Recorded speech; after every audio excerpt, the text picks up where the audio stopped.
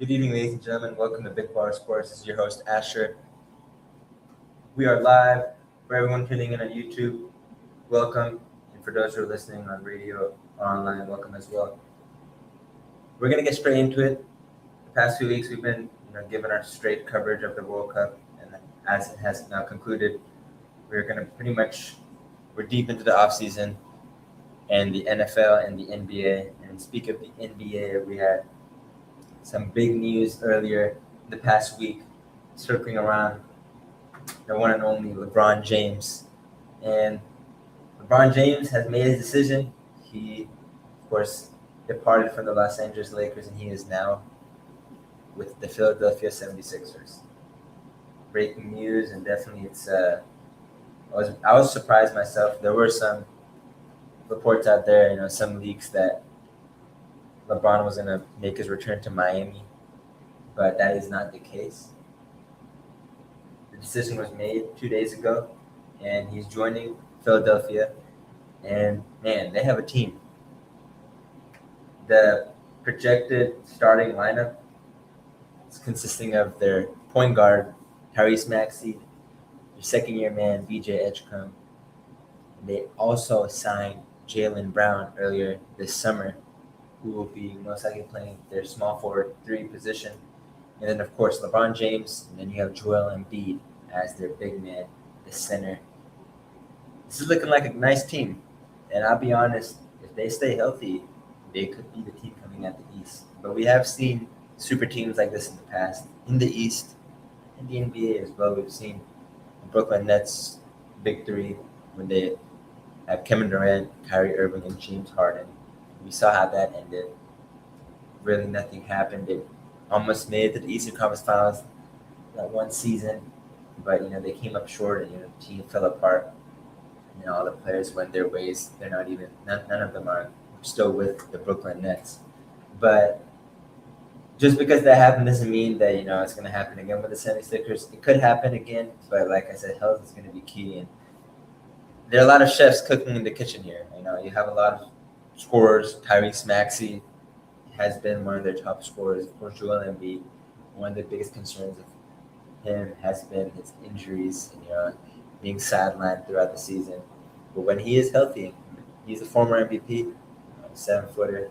He's definitely a great player, but that's just the biggest what if for Embiid is whether you stay healthy or not. But when you're adding Jaylen Brown into this lineup, definitely, it's something that can be a shock because with him and LeBron, that's a duo. And if they, can hit it clicking, because they've never played with each other besides maybe in the All-Star game. But Jaylen Brown, he is one of the top players in the league. He was in the MVP race last season, in the top 5, trailing behind SGA, Victor Wembanyama, and Nikola Jokic, and then 4th and 5th was pretty much Jaylen Brown and Luka Doncic. But it's going to be interesting to see, what happens. But there's been a lot of moves this offseason. Of course, Kawhi Leonard, one of my favorite players, he joined back with Toronto. So it's not going to be easy. You already had the defending champions, the New York Knicks.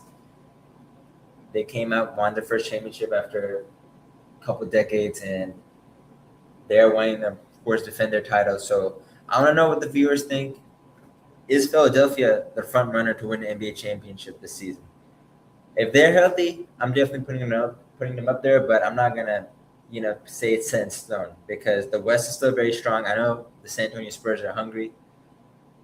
Oklahoma City Thunder continue to be one of the top teams in the West, but then you still, have teams that are wanting to make an impact. It's the Denver Nuggets.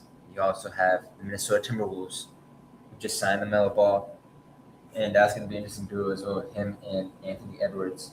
But in the Eastern Conference, I still believe it will be all-out war, and it's not going to be an easy pathway. It hasn't been the past few years where the East has been completely open. I mean, you saw New York Knicks this past season. They pretty much were undefeated throughout the whole playoffs, and they blew by everybody.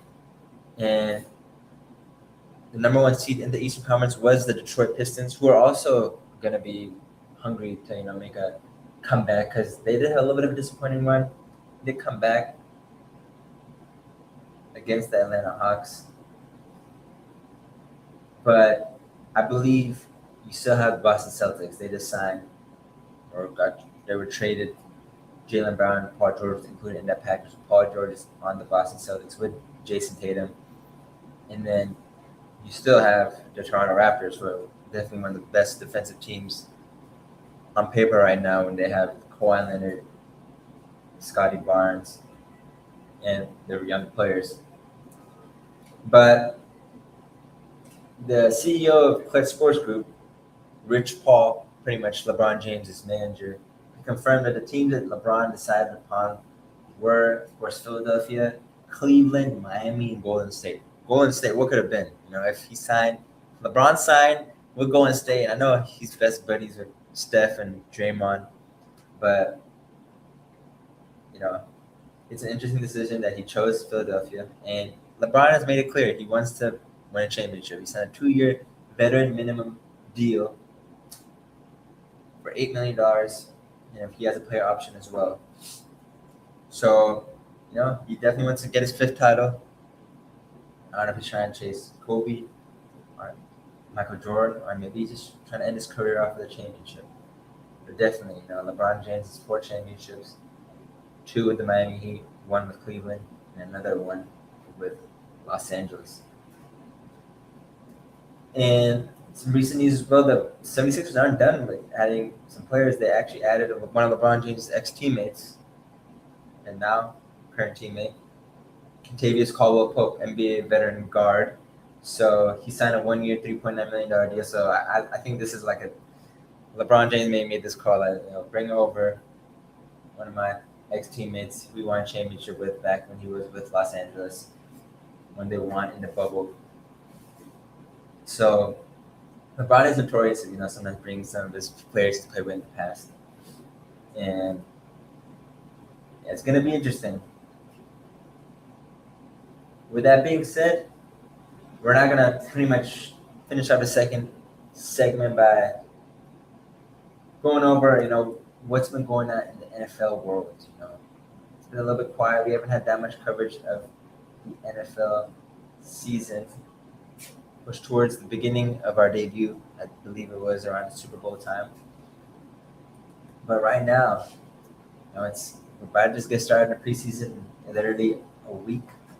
And, there are some teams, especially in the AFC, such as my Denver Broncos, who are wanting to, make some impact in the NFL and win a championship, win a Super Bowl. And the Broncos, they came up short. I covered this previous show that, Bo Nix, if he hadn't gotten hurt in the AFC Championship, they could have won a championship.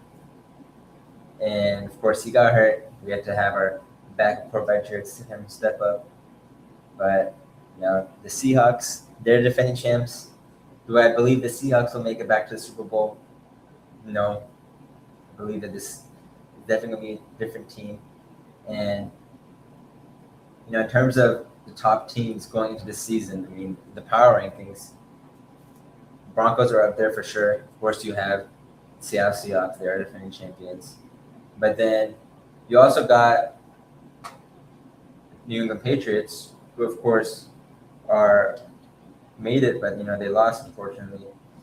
Then you also have teams, like one of my favorite quarterbacks in the league, Matthew Stafford, They are actually ranked number 1 in some power rankings. But in the NFC conference, you still have the Philadelphia Eagles. You still have the Seattle Seahawks. You have Detroit. They've been a little bit disappointed the past few seasons. They had a crazy turnaround. They were the worst team in the league. Jared Goff turning around, Lamar St. Brown. But now they have Jahmyr Gibbs as their number 1 running back. They do not have David Montgomery anymore. So definitely, it's going to be an interesting NFL season up ahead. We're going to be covering everything. But, still 3 more weeks. NFL season kicks off September 9th, I believe. And the first game of the NFL season is going to be the New England Patriots versus the Seattle Seahawks. The defending champions, Seattle versus New England. And that essentially is the Super Bowl rematch. to start off the season. But with that being said, we're going to wrap up the show. Thank you all for those who tuned in. Make sure to like and subscribe. Make sure to follow on Instagram. It's Big Bar Sports with the Z at the end and 7S. And on YouTube, it's Big Bar Sports as it is. Make sure to tune in next week, same time, every Sunday. We have daily content, so make sure to subscribe and follow so you can keep up with Big Bar Sports. This is your host, Asher, signing off. Take care.